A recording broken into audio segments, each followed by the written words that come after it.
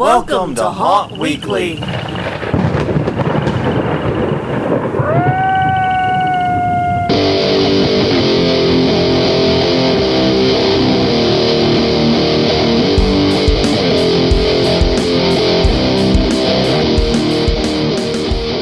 Hello everyone, I'm Jonathan. I'm Crystal. And this is Haunt Weekly, a weekly podcast for the haunted attraction and haunted entertainment industry. Whether you're an actor, owner, or just plain aficionado, we aim to be the podcast for you, good sir and or madam. I'm not here to judge. So, Crystal, or other, non-binary, whatever. It does not matter. As long as you listen, you're welcome here. Yeah. So how are you doing, Crystal? Tired, honestly. Oh my god, yeah. We are literally recording this a few hours before it goes live. It's been a busy weekend. Yeah. People in town, concert last night. Playing tour guide all weekend. So. You know, living in New Orleans has its pluses and its minuses. The pluses are you get to live in New Orleans. Yes. The minuses are that you get to live in New Orleans. Yeah. It's all pretty much. It's the same thing. It's the same thing. The things you love about the city are things that draw other people here, and those people want to do them every time they visit. So yes, we've been running around the French Quarter, going to a concert at Champion Square that was less than wonderful in some respects. Not to the bands. Not the bands. Look, Panic at the Disco and Weezer, great bands to see live. Champion Square, a terrible place to see a concert. Yes. Just saying. Yes, I'm not sure if that or Blue Bayou was worse because I went to that one last year. A quick question while we're talking about concerts and bands. It's off topic. But who the hell looks at an outdoor venue in New Orleans in June and goes, concert? I have people behind Champion Square. People who don't live here but think it's a good idea. That's who. The air is so muggy this time of year. I have to hand out my wallet every time I leave the house. Yeah. It's literally mugging me. But yeah, anyway, that's all aside. We're here to talk about haunty stuff. That's neither here nor there. Thank you very much for joining us this week and putting up with our shenanigans. Yeah. But yes, we have a lot to go through this week because this is episode 28.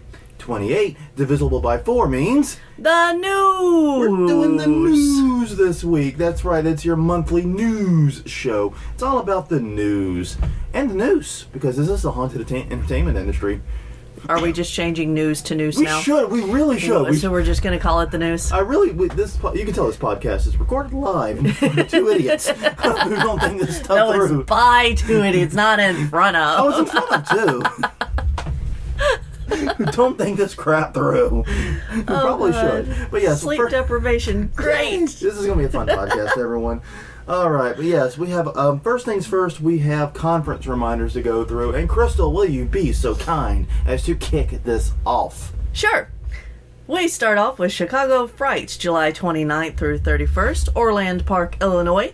Giorgio's Quality Inn and Suites, ChicagoFrights.com for more information. Yes, this is as we've discussed previously, kind of the sister conference to HauntCon. Right. So definitely go check it out. We don't have any more in June. I just realized that.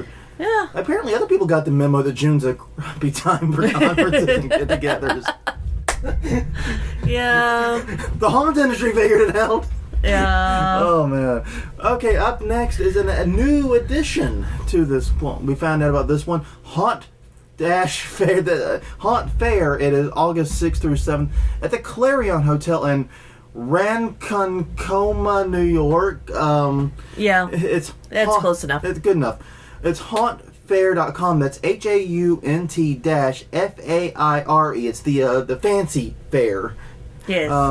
.com. They are having a fashion show, a car show, an art show, and other types of shows. Yes. Actually seems pretty cool. And also, to be clear, this was on the site, they are doing a haunted tour bus of Long Island, which will hopefully be visiting the Amityville Horror House, which we'll be discussing in a minute here. Yes. But yes, it's a haunted tour bus, not a tour of haunts. Right. That confused the heck out of me when I visited the site. Right, so it's like a sightseeing bus. Yeah, exactly. Where they talk about all the tragedy and death of the area. Yes, exactly.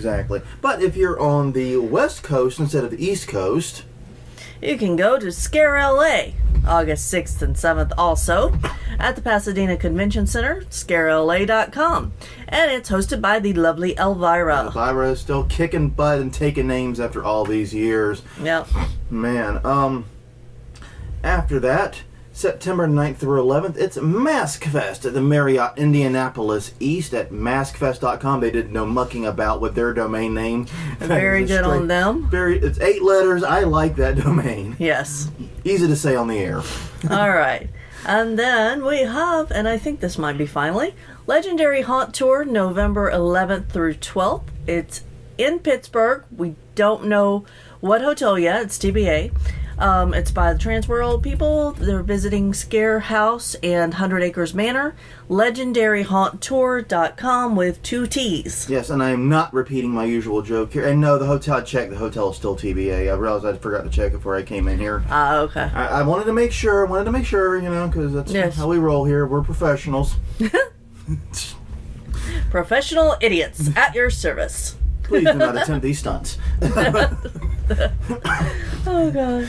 Yeah, we should not do the sleep deprived. Oh, God. Wow. And you're a professional worder. I know, I word professionally. This is my day job, and this is not good. All right, but yes, we have the news this week, and I'm actually really excited about this because this is kind of a weird season for haunting. Not a lot's going on in the main news, so to speak. But this is permit season. Yes, it is.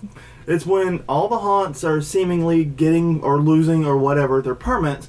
So we have a whole wide run about permits, haunts opening, closing, where they're moving to, etc. Excited about that. And we've got a story at the end that if we're a little short and we need to pad our time out a little bit, a topic we can discuss. Wow. I know, it's almost like I planned that part. Yes, and if you didn't realize that it is June already, yeah, I know, and haven't applied for your permit, you should probably think about doing that. That would be a good time, as you're going to find out in a minute. But we actually don't start out with permitting and haunt movie news. Darn, that was a great segue into it. I know. I tried. I am a professional, like I said. But no, we start out back in Long Island again, as the Amityville Horror House is back on the real estate market again. For just 4 years, I think it was, since it was last on it. Now, this is an article by Chris Boyle at longisland.com. And basically, this is the house that was the scene of the 1974 murders, upon which the 1977 film was, quote-unquote, based upon. Right. Long and short of it is, the DeFeo family was murdered there by the eldest son. A couple, George and Kathy Lutz, moved in. They claimed the house was haunted, and they ran screaming from the house 28 days later. Supposedly, the Amityville horror movie is based upon their experiences in the house. Right. Also, we recently, this made it to the new Join or Die by Craig Ferguson on an episode of that. Because it was one of the Can It Be Explained? No, it was the mystery. Yes, the mystery. The greatest mysteries of the U.S. Yeah. Yeah. So it actually stuck around for a little bit. Yeah, well, I don't think it was one of the first ones axed, but yeah, it hung around. It's interesting. Join or Die, for those who've never seen it, check it out. It's awesome. It's a History Channel show hosted by Craig Ferguson, formerly of the Late Late Show. We like Craig Ferguson. He's fun. But it's a list and a topic show type thing where they try to decide history's most blank. Right. They put 6 people on the board, and he and a panel of people who are apparently just as sage as the two of us try to hash this out. Sometimes less so. Sometimes he has actual experts.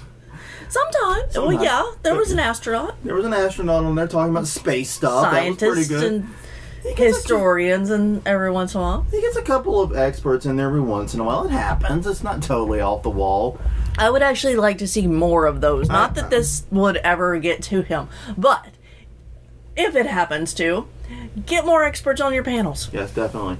All right, sorry. But yes, go back to the house. The Amityville Horror House is back on the real estate market. If you are so inclined to purchase this for one reason or another, the rundown of the house is featured. It's a 5-bedroom, 3.5-bath house, 11,000 square feet, only slightly haunted.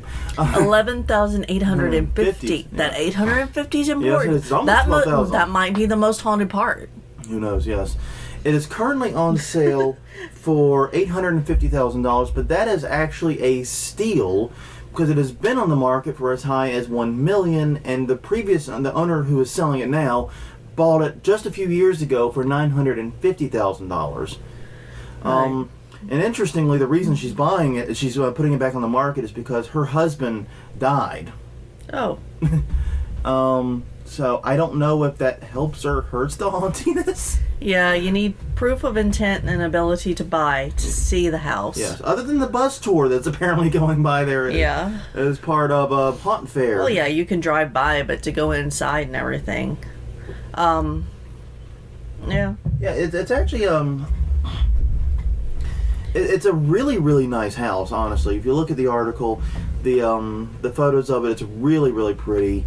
Yeah. You never would guess anything bad ever happened there, frankly. It looks like just a lovely house. Yeah. Yeah. I mean, it's bizarre. It's a little bit out of my price range, I won't lie. Oh, yeah. It's significantly out of my price range, and I don't think I can even form the intent and ability to go see it. Right. But yes, if you are so inclined and so interested, go check it out. It is definitely a major haunted attraction in and of itself, even though it's a residence. It's one of the stops on every haunted tour in Long Island, that's for sure. Yeah. No kidding. So yeah, if you want to go check it out, go take a look. All right, now actual haunted attraction news. Now we got to shift gears here. Yay! The first one, this one actually is really exciting news here. Demented FX is moving their haunted house called Haunted House. I'm not sure about that one. From East Hampton to Holyoke. Now, it's interesting. The headline belies the deeper truth here. Okay. This is an article by Michelle Williams at MassLive.com, which is like a Massachusetts publication. But they are moving from one town to another, but they're like 6 miles apart. Right. This is not really leaving the region by any stretch of the imagination. No, they'll still be easy to find for the locals. Yeah, if you happen to be in East Hampton and really love them, there's no trouble getting to Holyoke. I'm just saying. Is it Holly or Holyoke? Holyoke? I don't know. I don't know enough about Massachusetts to tell you. I think you're right. I think it's Holyoke, though. Yeah, I think I've heard that somewhere. All right. But anyways, it's not a huge difference in terms of geography. No. What is a huge difference is they are moving from an 8,000 square foot location to a 15,000 square foot location in an old abandoned warehouse that looks scary as all hell. Yeah. Which, that's quite an upgrade. And they have an option to expand to 45,000 square feet. Holy cow. Yeah, that's a pretty good option. That's a very good... Well, and we talk about this all the time, how the industry is trending towards smaller, more compact haunts. Right, either smaller, more compact, or I have seen places where, they get the 45,000 square feet, but they break it up into multiple attractions. Yeah, haunted parks, so to speak, yeah. Right, which that seems to be a good business model. It does. I mean, and this is something to talk about obviously later too, but it shortens queue lines. Yes. Because now you have 3 or 4 queue lines or whatever. Yeah, we talked about that one a little giant. bit. I think we did actually, you're right. Yeah. And it lets you do a lot of value-added stuff, upsell tickets and so forth. Rather than having one giant $35 ticket, you can sell 3 $15 tickets. Right. And that looks really, really good to people coming into the line. So yeah, it's a really neat idea. I'm very happy about this expansion. These guys are deeply beloved in Massachusetts. Yeah.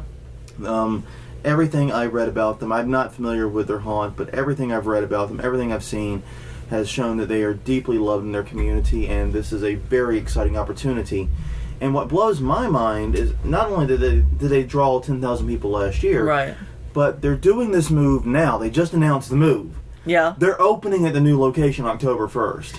That's going to be a heck of a task. Guys, if you're listening to this podcast, stop listening now and get back to work. Yes, or just put it over the speakers. Or put it over the speakers or something. But just just work. Get to work, damn it. Get to work. I'm sure they already are. I'm sure they know this. I'm hoping that it doesn't turn out to be... Okay, so here in New Orleans, we had a haunt called Chinchupas. Yeah. And it was severely damaged in Katrina. It was well-loved, well-traveled by people in the area. So they moved, and it was probably 6 miles or less. Yeah, they moved. Actually, it was less than that. They moved just up the road. They moved less than 1 mile, if I remember correctly. No, it was more than that. But it wasn't much. It was definitely less than 6. Yeah. 6 gets you from our house to there. Nobody could find it. Yeah, nobody could find it. And it failed partially because nobody could find it. Yeah, nobody could find it.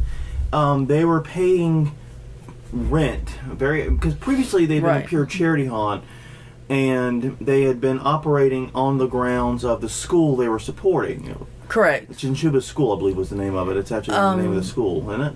I don't think so. It's the school for the blind and deaf, I believe.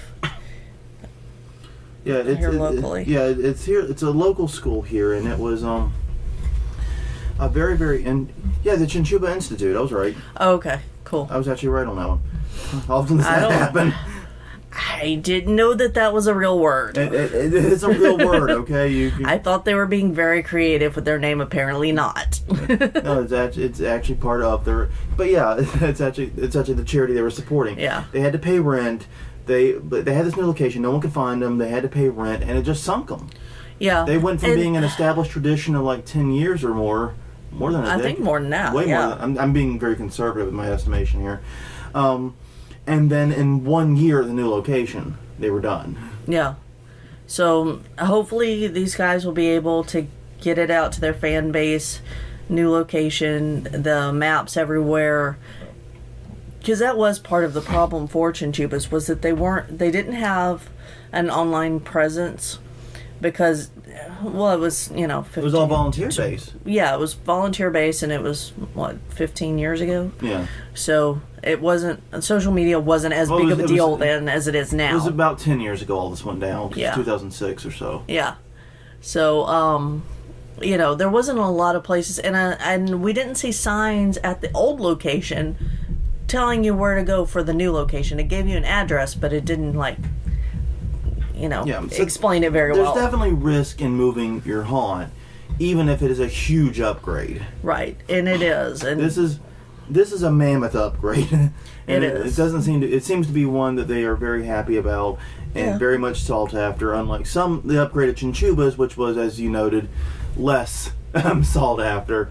They were perfectly happy in their location, but they had damage from the storm. Right. And had to move. So, yeah, the building was condemned, basically. Yeah. I don't think the building's there anymore, is it? No, they tore it down. Yeah.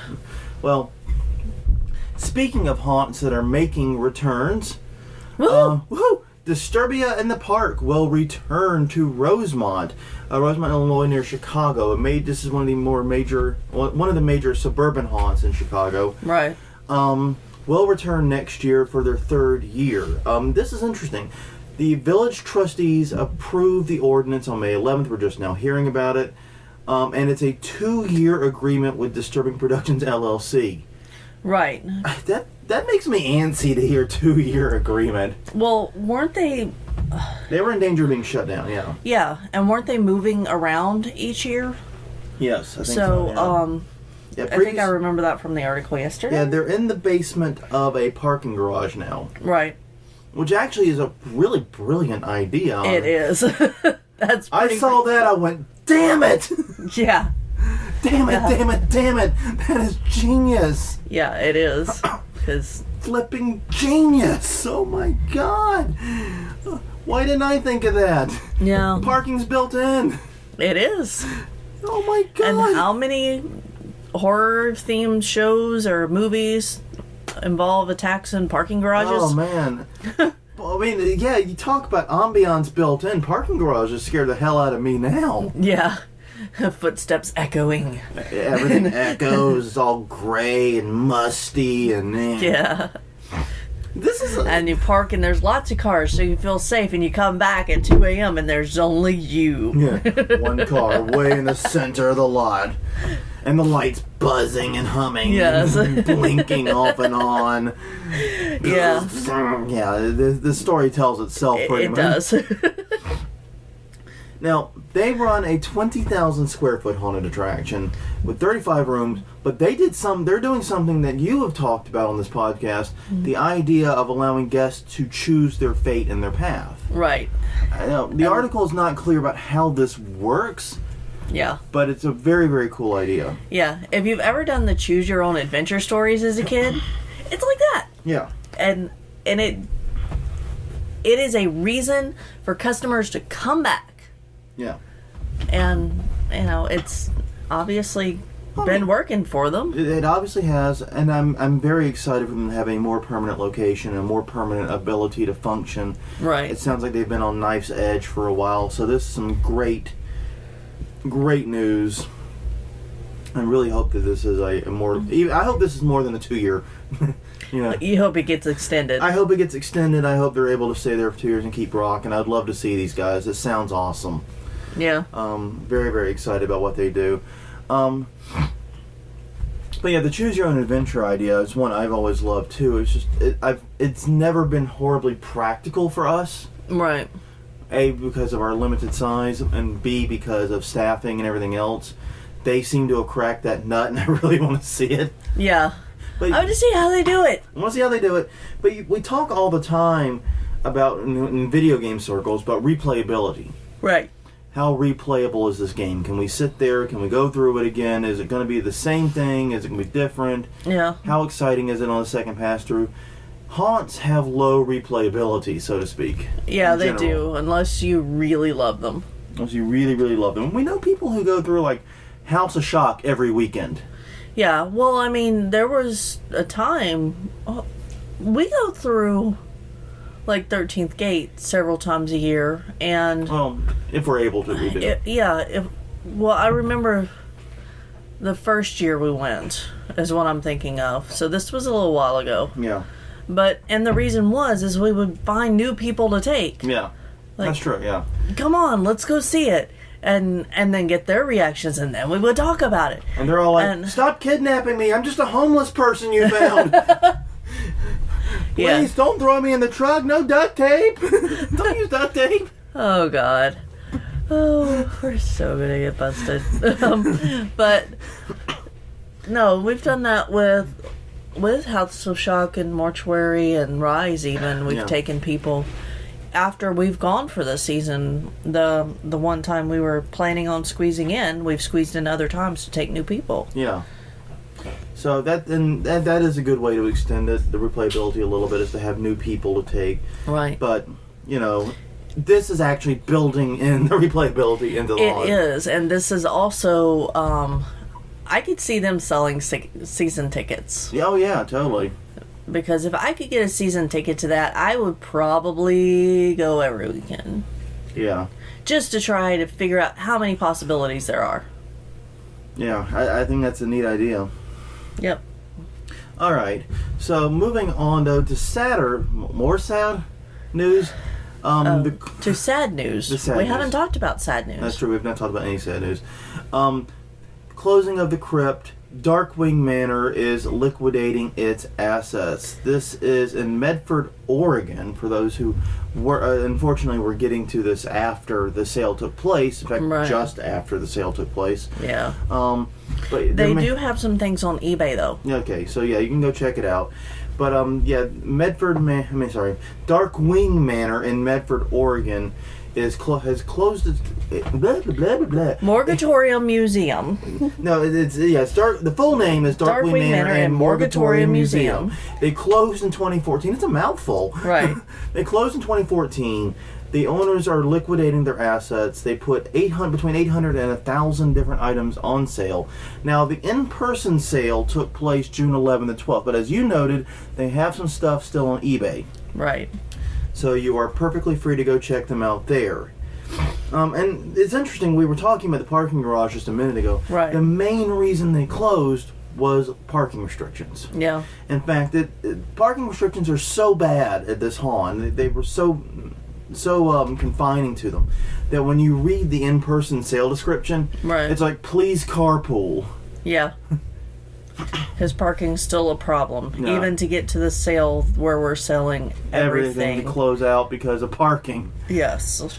My God, I mean... That's just really sad. That's really sad. And that might have been a situation to get somebody with a cabbie license and shuttle people in. I'm not going to Monday morning quarterback them. I think they probably did the best they could. Oh, I'm sure they did. But the thing about it is this, and what kills me is, I actually looked into this haunt a little bit when I was doing these notes. Uh-huh. I have not seen a haunt with this beloved by the community and this many positive reviews on Facebook. Mm-hmm. They had like a 4.9 on Facebook. Wow.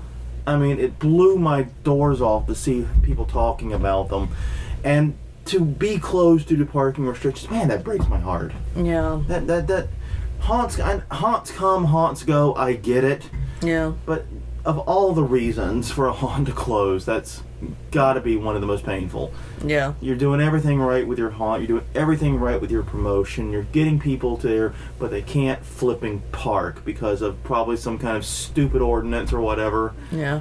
Or uncooperative neighbors or whatever. I don't know the full story of the parking, but man, that is killer. Yeah, it is. So, heart goes out to them. It's especially difficult to have to sell all these assets off. But if you are in the Oregon area, or if you want to have something shipped to you, check out their eBay store. And I don't know, it sounds weird, but it's doing a little bit to help support the haunt community by keeping and supporting haunts that are closing down and keeping that money circulating amongst us. Right. It's still sad as hell, though. Yeah, it is. Now, this next one story is pretty interesting. A man wanted to open up a haunted attraction in Bittern, Victoria, in Australia. Right. But was denied. Yeah, and basically what happened was the city council, received 11 objections from residents. Yeah. And so over 11 objections, they decided to not grant it. And by all accounts... Go ahead. Go ahead. No, go ahead. Okay, so basically, I don't get this objection to this. And the reason I don't get it was because he was doing something for primary kids. Yeah. This wasn't supposed to be a big scare attraction. This was not... No. Low to medium key is what it was targeting. This was not the Darkness 2.0. This was not the Blackout. Or a McCamey Man. Or anything like that. He was doing... By all description, a very tame haunted attraction targeted at kids. Right. In fact, he described it as a low to medium scare attraction. Right. And cause in an industry that is always hyping up how scary we are, yeah, for someone to say we're a low to medium, yeah. Well, but you know what? We need that. Yeah, we do. Oh God, yes. Because I mean, I've seen what's available for kids here, little kids. There's the spooky path through the French Quarter market. That there's a guy, basically, he sets up an inflatable tunnel and has like spooky little characters in it, and there's some hay bales and stuff around it, and it's fine, but that's pretty much... and Boo at the Zoo. Boo at the Zoo is the big one. The Boo at the Zoo is the big one, and that's fine, it's cool. That's pretty cool, yeah. I think we went once. No. Oh, we didn't go? No, it's expensive. Oh, that's right. It's expensive, and it's a really crappy time of year because it's only a couple of nights. Yeah. Right. Yeah, they have a very short run. Yeah, so it's a rough time of year for us to get there. But I mean, yeah, you have that. I mean, I guess like for actual haunted attractions, the best for kids would be Chamber of Horrors. Yeah, that would be. Because I'm not comfortable taking them to Mortuary now after the theme changes. Yeah. And House of Shock is obviously the House of Shock. Yeah. Yeah, I would say Chambers is probably a 9 to 16. That age range. I still would not say it's young kids. No. It is aggressively scary. Yeah. But, you know, you're right. In our area, we do not have any major haunted attractions that target kids. The best you've got is Boo at the Zoo, which is basically a light display at the end of the day. Right. So, yeah. I mean, yeah, and we need more attractions like this. And we need attractions in other countries like Australia. Yeah. Yeah, we need to get out there. And it's sad that even, you know, a low to medium scare for kids is not going to be allowed. And, and one thing I find interesting is they were complaining about traffic, noise, and safety concerns. And that it was out of character for the area. Which, I mean, Bittern, at least according to Google Maps, that's all I've got to go on. I don't have much, I admit. It's about 50 miles south of Melbourne, which is weird because, yes, Melbourne is on the coast, but it's like a bay. And like around the bay a little bit, you get the Bittern. It's definitely still in a metropolitan area. It is rural compared to Melbourne, but it is not super, super duper rural. It's not like your parents' house. Yeah. Which is, you know, basically 15 minutes from the nearest town of any consequence. The nearest gas station, just put it that way. Yeah. And there's a gas station 3 miles away. I can run to it. Yeah. But that's not a gas station of consequence either. No. Yeah, it's... Yeah. But the point remains, it's not... Like a general store, you would have to go 30 Their definition minutes. of rural is obviously different than mine, is what I'm trying to hit at. Okay. Fine. I have been to rural... Yes. rural Louisiana. Truly rural Louisiana. And this ain't it. No. But yeah, it's a little sad. It's a little disheartening. And I think honestly, it shows that maybe in Australia and elsewhere, they don't get haunted attractions Right. as well as we do. I mean, we're in a suburban-ish area of New Orleans. Yeah. I would say we're fairly suburban. Our neighbors get the haunted attraction. They love it. Yeah. They support it. Yeah, we accidentally wound up buying a house that has had a haunted attraction in it Yeah. in the garage, pretty much by every previous owner. Yeah, no, it's like the weirdest coincidence. Well, this was not disclosed by the real estate agent. We should No. know. No, we moved in and then people were like, "Oh, you're doing a haunted attraction at the house that had a haunted attraction?" It's like, okay. Yeah, because apparently the weird thing about our house is before we bought it, it was a rental. Right. So you had a couple of previous long-term renters here, and both the priest who was here before us, immediately before us, Right. and the one before him, Right. did some kind of spook house thing either in the garage or in the front yard. Right. This has always been the Halloween house. We just happened to move in. Yes. Well, so our criteria for buying a house was that it had to have a garage and it had to be near a school so that we could have a haunted house. And this fits the bill. Yes, and I wanted no trees in the yard. Yes. We screwed that one up a little bit. We have a tree on our land, technically. Well, okay, so that grew after we built the house. I know. We didn't screw up. The neighbors behind us planted something, and it's more on our side than their side now. It's a weird thing. But the bottom line remains, the house fit the criteria, and apparently we weren't the only ones thinking of the same purpose. Yeah. But anyway, so yeah, it's a sad story there in Australia.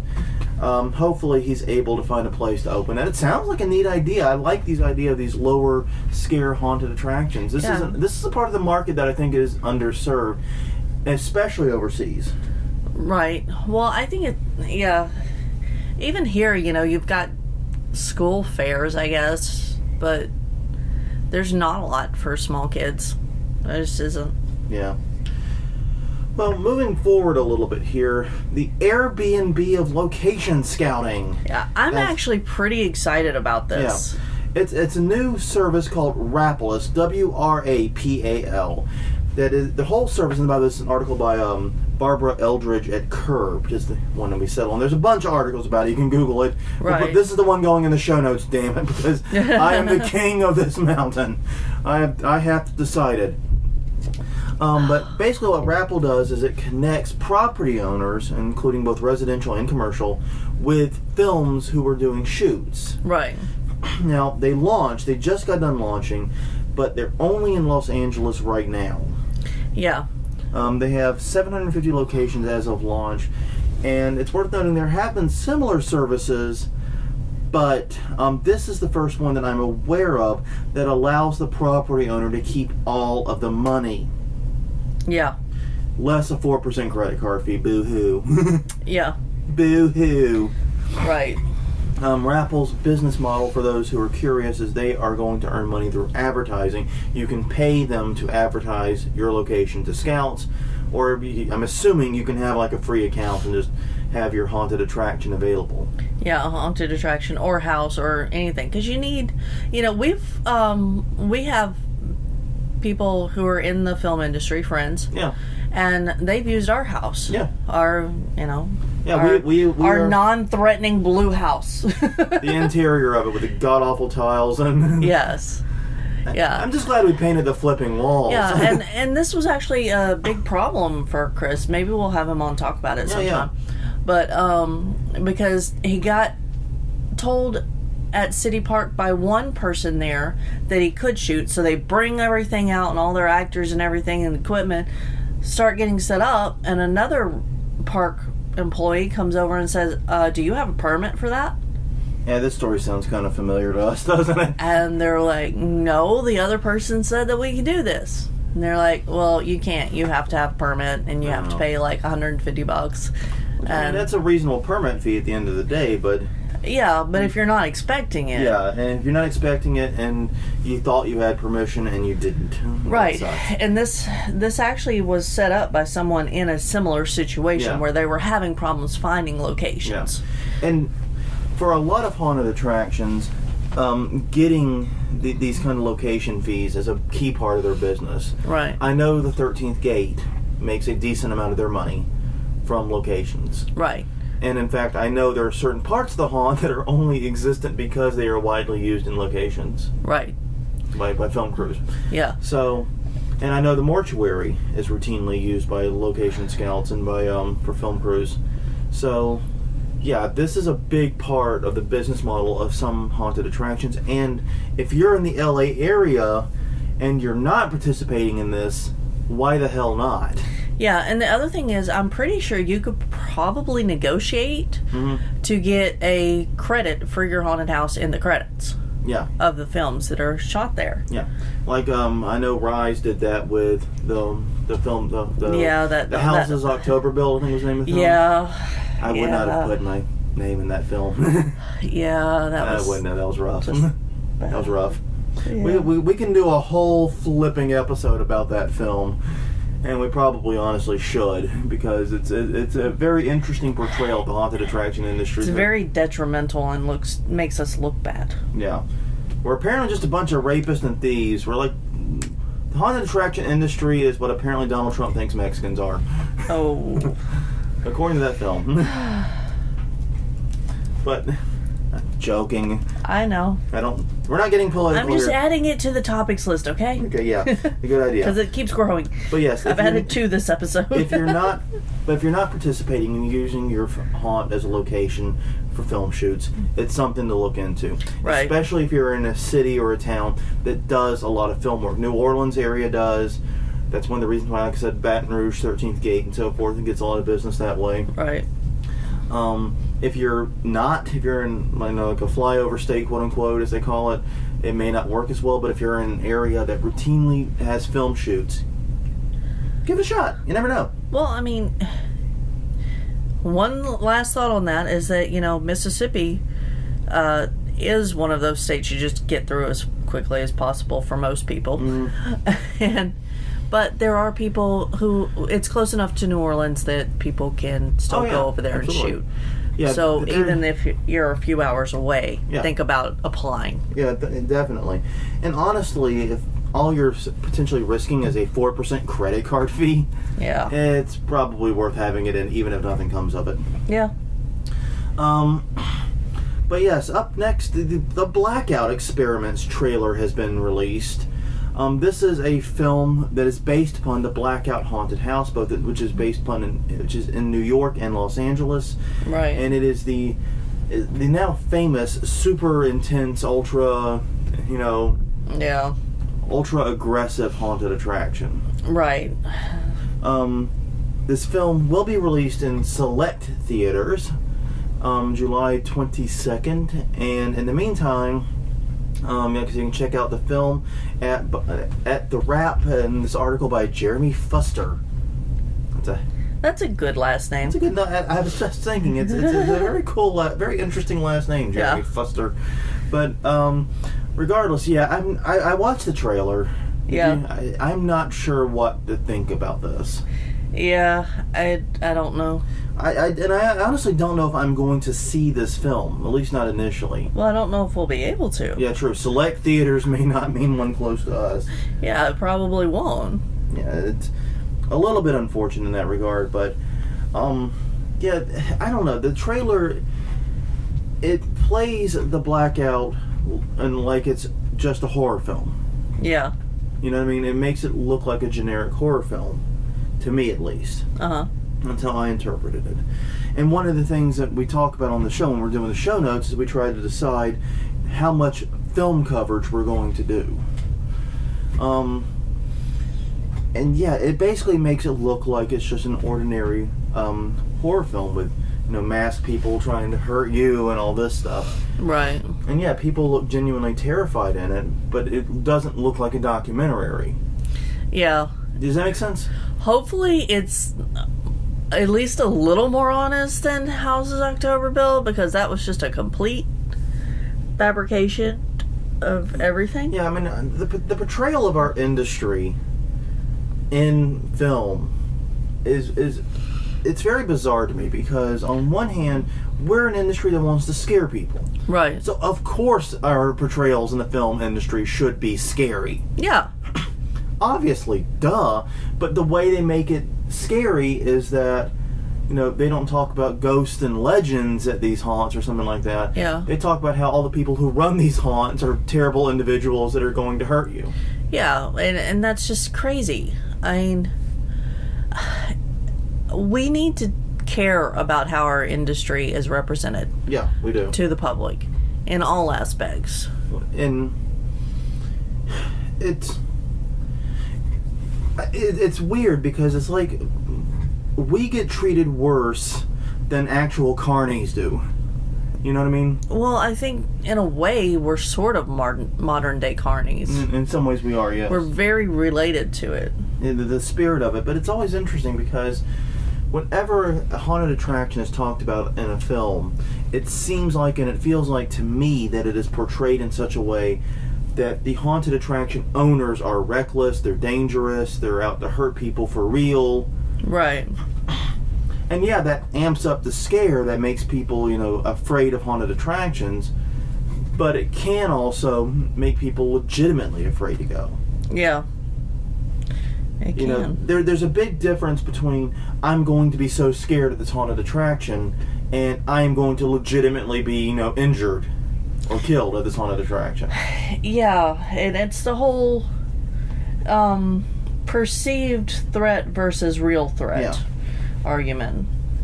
People come to us to be scared, but they want to be scared in the same sense they're scared on a roller coaster. Right. Where they know they're safe. That exhilarating thrill. In a completely harmless environment. Yes. That's what they want. And oftentimes it seems like the films, like it's like as if the films were advertising the termites eating the roller coaster. Yeah, exactly.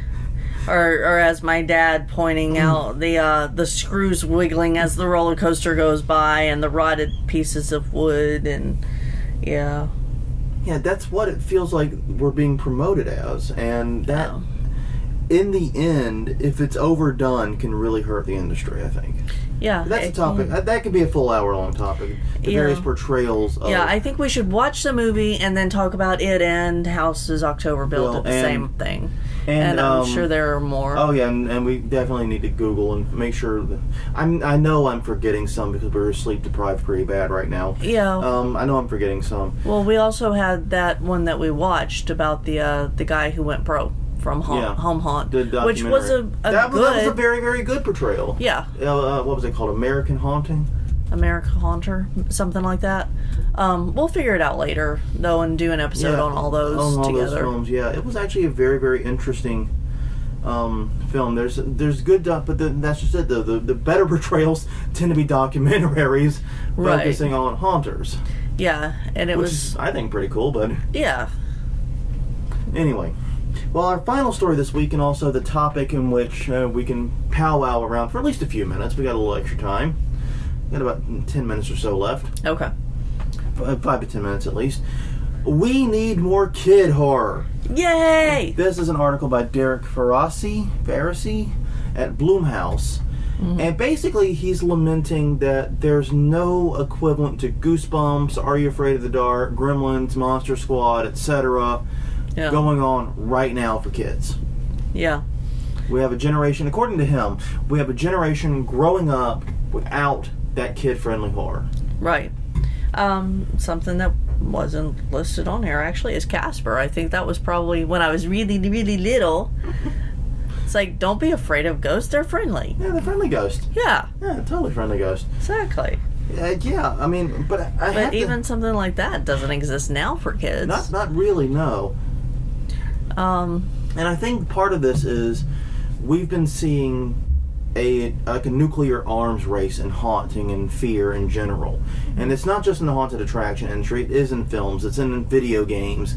It's everywhere. This arms race where we're trying to be the scariest, the best, right, the toughest, and and you see this in every fear-based medium here. And the result of that is there's an entire market that's underserved now. Yeah. Everybody wants to get to kids whenever they're not kids anymore. Yeah.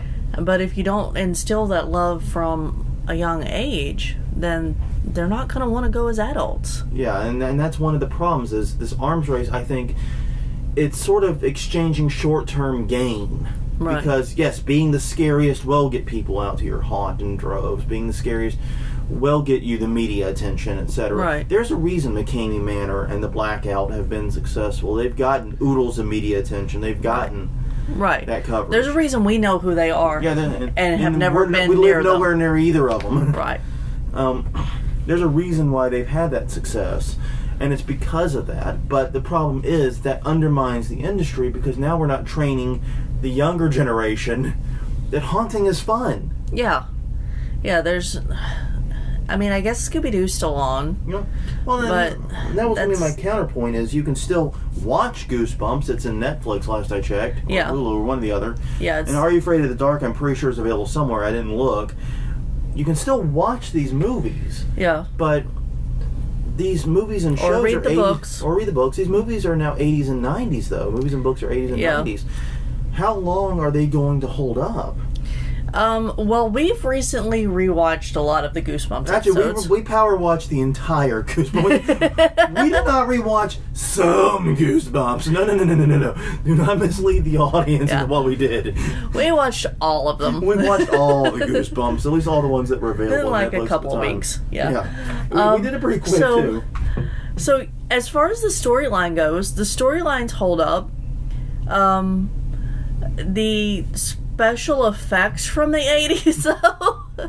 Well, honestly, they didn't hold up even when they aired as part of that. Well, yeah, that's true. But, I mean, for the generations now who are used to super graphics and even their video games, they're just going to look at that and go, what the hell is that supposed to do? And it's going to take them completely out of it. And this is actually an issue to me because, I got a reminder of this last night when we went to a concert and it was Panic! At the Disco and Weezer. We mentioned this when we first started the show. And we were with two 16-ish-year-olds. Right. And they had no idea who Weezer was. Yeah. They were there for Panic! At the Disco. They like Panic! At the Disco. And Panic! At the Disco is fine. I ain't got nothing against them. They put on a banging concert, man. I like them. I listen to them when I work out. And then I've got to say, watching their show, they can convert me through their concert. Their live show is really good. They can convert me. But the point of the matter is, they didn't know who Weezer was. Weezer had hits, not that long ago. Yeah. And the thing is that them and, a significant portion of the teenagers left after Panic. Yeah. Yeah, Pork and Beans, by the way, was 2008, and they've had hits since then. Yeah. It was one of the first viral music videos, if I remember correctly. Yes. So, yeah, that's how short memories are for this type of stuff. Right. Well, I mean, it's like Weird Al says, every time he comes out with a new album, they're like, oh, you're still making stuff? You're alive? It's like, I just released one last year or the year before. What are you talking about? If we want to keep haunts and horror relevant to new generations, we have to keep cranking out stuff targeted at them very, very regularly. Yeah. Do you think this has anything to do with the helicopter parents not wanting their kids to have any exposure to anything bad? Maybe some of it. I think there might be a little bit of that. Yeah. But, I don't know. It just popped in my brain, so it came out of my mouth. And I can understand that, but it's a valid question, and maybe it does. But honestly, it's weird because I can't think of... I would like to... If that were the case, it would be an issue of, okay, they've been putting out these films, and they've been putting out these books, and they've been failing. Right. I'm not even seeing the books and the movies. No. Well, I mean, Monsters, Inc. was probably the last one I can remember clearly. Yeah. It was pretty successful. Yeah, it was. There's... Oh, Hotel Transylvania. Yeah. So there's been some animated films. Yeah, but they're not horror films. No. And I do think Hotel Transylvania, actually, by the way, is a great example of that you can have scary and funny and these characters in a kid-friendly environment. Right. They made a kid movie about freaking vampires. Yeah. Still more badass than Twilight. God. Speaking of not knowing. Yeah. So, our 16-year-old did not know that the Addams Family was more than just a movie. Yeah, that hurt. That hurt, man. Like, how could you not know that? That hurt bad. Yeah, I immediately put it on Netflix and we watched one. Yeah, thank you for fixing that. I mean, A, Carolyn Jones, hello. I know. Yeah. Wow. But A is that, and B, yeah, that has to be fixed. Thank you for addressing that issue. Yeah. But that's an example of the problem, though. If we don't keep targeting this demographic, we're going to lose them. Yeah. And then they're going to grow up to be adults that don't see any point in haunted attractions or horror films or things like that. Right. I mean, you and I, I'm sure we had our own moments as kids. What was your horror film moment growing up, or one of them at least? So that's kind of tricky for me. Yeah, I can understand that. Because I wasn't really allowed to watch them. Well, you eventually came around and started. Yeah, but I was late teens. Yeah. Whenever I started sneaking them onto the TV. Because I still wasn't technically allowed. But I grew up in a weird household. Yeah, we get that. But there were always things that were scary. Yeah. You know, I would do the little haunted houses at the school. Yeah. You know, the haunted school bus. And I would be so scared to go in, and then I would go in. Yeah. I have haunt experiences more than horror film things. And I read the Goosebumps series. I read, there was an author called AVI. I read Kuntz, and, you know, I read a lot. Yeah. And most of the stuff I read was darker stories. Oh, I had not heard of AVI until now. I just looked this lady up. Oh, okay. I didn't know if it was male, if they were male or female. I just knew that I read their books when I was little. No, that's the photo by Catherine Ward. Okay. Yeah, but I read a lot of mystery. And me and my dad would sit there and talk about things that we wanted to do for Halloween and how we wanted to scare people. And I always wanted to be the scary person, the scary kid for Halloween. So, yeah, I mean, it was in the blood, though. Yeah. But you still had those exposures, like Goosebumps and things like that. I could still find things that were age appropriate for me. And for me, the moment, and it's like I jokingly tell everyone, without Michael Jackson, I probably never would have been in a haunted. Michael Jackson's Thriller was it is literally a turning point in my life when I first saw that. I can understand that. Because, okay, so you saw it. Yeah. But the first time I remember it coming on the radio, my cousin and I were on a gas station run. He was older than me. I was like 6 or 7. I don't know when it came out. Whenever it came out. Yeah. I was in the car. I was left in the car with the radio and the air conditioner on. Mm-hmm. And Vincent Price came over the airwaves, and I was fucking terrified. Oh, man. Yeah, so that was a turning point in my life, was seeing the Thriller music video and hearing the song. I was already a huge Michael Jackson fan when it came on. Right. But man, that instilled a love for haunting. I was even younger when I first saw it, because I don't think I was allowed to see it when it first came out, but I saw it soon thereafter. Right. And I remember thinking, I don't know what this is, but I love it. Yeah. I want this in my life. Right. I need this, and then it sort of grew from there. Now, we're running out of time. But one thing that was interesting in this article, real fast, was the author proposed more films like Krampus. Yeah. And we actually saw Krampus in theaters. We did. And we don't go to many horror films in theaters because, we have, like, the mega DVD collection on it. It's like, we want to watch a horror film, we have 80 million of them here. We have 2 bookcases full of horror films. Yeah, it's ridiculous. Yeah. But what do you think about films like Krampus for kids? I think it's a fine idea. I thought it was, and it's really weird because when he said that, my first thought was, that's not a kid's horror film. And then I thought, why not? Yeah. Why not? Yeah, I mean... What in it was not kid-friendly or kid-appropriate? And I couldn't think of anything. No. I mean, it had, interesting deaths. That was... In fact, after we saw that in theaters, we came home and watched, 4 more Krampus no, movies. we watched... No, you're misleading the audience again, Darnell. We watched every Krampus horror film we could find. Which was about 4? I think it was 6, actually, counting the short films, too. Oh, yeah, that's true. We found some short films. We literally, got on Amazon and iTunes and everything. Yes. Apparently what we do is we think of something we want to do, and then we just consume it. Yeah, there's no haunter in the world that can relate to that, sweetheart. I'm sure no one in this listening to the podcast can relate to that. But yeah, I think that's actually a good point. I did not think of that as a kid's horror film, mostly because the protagonists were not children. Right. Like with Monster Squad and so forth, they were kids, and even like in Gremlins, they were kids. Right. And most of the Goosebumps stories, etc. But yeah, even without the children protagonists, right, it still was a kid-friendly film. Yeah, and it's still grandma telling story to her kid. And I would still like to see more kid-focused films, honestly. Yeah. A, because they're a lot of fun, and B, because we do have to prime the pump, so to speak, for the next generation of haunt fans. Right. So, and also haunters, as we've said earlier, there is an underserved audience with lighter, scare, more kid-friendly haunts right now. Yeah. I think this is something we should really be focusing on as an industry. Well, that's about all we have right now, isn't it? Do you have anything else you want to add? Nope. Okay, sure? Yeah. You give a look. Well, on that note, everyone, thank you very much for joining us.